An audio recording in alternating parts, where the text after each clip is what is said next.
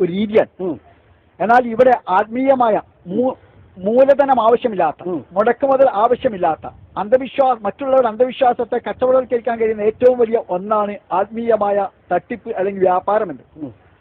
തിരുകേശത്തെ സംബന്ധിച്ചിടത്തോളം, അതുപോലെ തന്നെ പാനപാത്രത്തെ സംബന്ധിച്ചിടത്തോളം ഇത് രണ്ടും അതിന്റെ ഭാഗമാണ്.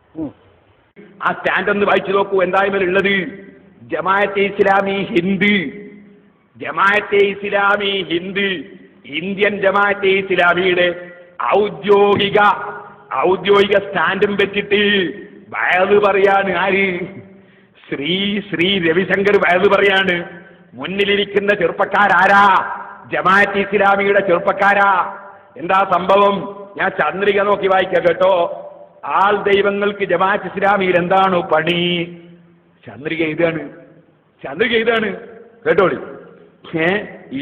ജമാഅത്ത് ഇസ്ലാമി ഒരു ചെളിയും കലരാത്ത പരിശുദ്ധ നെയ്യ് 25 CP സൈദലവിന്റെ ലേഖന.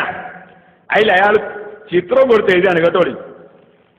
എന്താണ് എഴുതുന്നത്? ആൾ ദൈവങ്ങൾക്ക് ജമാഅത്ത് ഇസ്ലാമിയിൽ എന്താണ് പണി?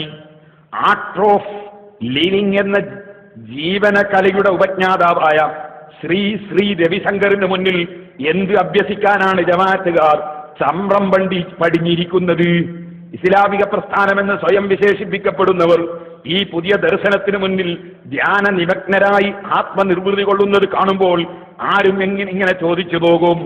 എന്നിട്ട് പിന്നെയും പറയുന്ന കേട്ടോളി ലാസ്റ്റ്, ആദർശത്തിനു നിരക്കാത്തവരെ സ്വന്തം പരിപാടിയിൽ നിന്ന് അകറ്റി നിർത്താനും ഈ മതസംഘടനക്കാരെയും പേടിക്കേണ്ടതുമില്ല. എന്നിട്ടും എന്തേ ശ്രീ രവിശങ്കർ കർണാടകയിൽ ജമാഅത്തെ ഇസ്ലാമിയുടെ യുവജന സമ്മേളനത്തിൽ പങ്കെടുത്ത് ആത്മീയ പ്രഭാഷണം നടത്തിയത്? അങ്ങനെ സംഭവിച്ചിട്ടില്ലെന്ന് പറയാനാകുമോ ജമാഅത്തുകാർക്ക്?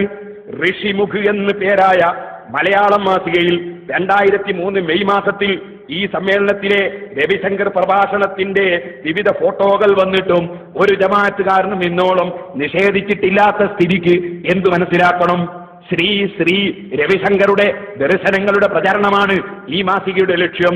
പ്രൊഫസർ ടി സുശീലൻ മാനേജിംഗ് എഡിറ്ററായി തൃശൂർ പഴയ നടക്കാവിൽ നിന്ന് വ്യക്തി വികാസ് കേന്ദ്ര പ്രസിദ്ധീകരിക്കുന്ന ഋഷിമുഖിന്റെ മുഖചിത്രം തന്നെ വശ്യമനോഹരമായി ചിരിക്കുന്ന ശ്രീയാണ്. മാസികയുടെ ഇന്റർനെറ്റ് എഡിഷൻ പോലും ലഭ്യം. 49-ാം ലക്കത്തിന്റെ പുറം ചട്ടയുടെ 2ാം പേജ് മുഴുവൻ ബഹുവർണ്ണത്തിലുള്ള ഈ ചിത്രങ്ങളാണ്. ജമാഅത്ത് നേതാക്കൾ നിരനിന്നിരിക്കുന്ന വേദി, പ്രവർത്തകർ നിറഞ്ഞ സദസ്, നിർമ്മലമായി ചിരിച്ചുകൊണ്ട് ഗുരുജി പ്രഭാഷണം നിർവഹിക്കുന്നു. ആനന്ദലബ്ധിക്കിനി എന്ത് വേണമെന്നു കെട്ടിറങ്ങുമ്പോഴേക്കാണ് നമ്മുടെ പാനപാത്രത്തിന്റെ പ്രശ്നമുണ്ടാകുന്നത്.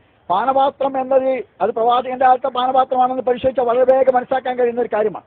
യഥാർത്ഥത്തിൽ ഇതിൽ ഒരു അന്താരാഷ്ട്ര ഗൂഢാലോചനയുടെ പ്രശ്നം ഉണ്ട് എന്നതാണ് വസ്തുത. ഏത് ജമാഅത്ത് ഇസ്ലാമിക്കാരനാ ചോദ്യം ചെയ്യുന്നത്?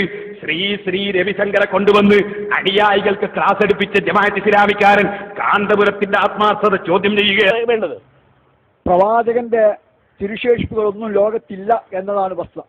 ആളുകളുടെ സുബ്ഹാനല്ലാഹ് തൊലിക്കെട്ടി എന്ന് പറഞ്ഞാൽ ഭയങ്കര തൊലിക്കെട്ടി.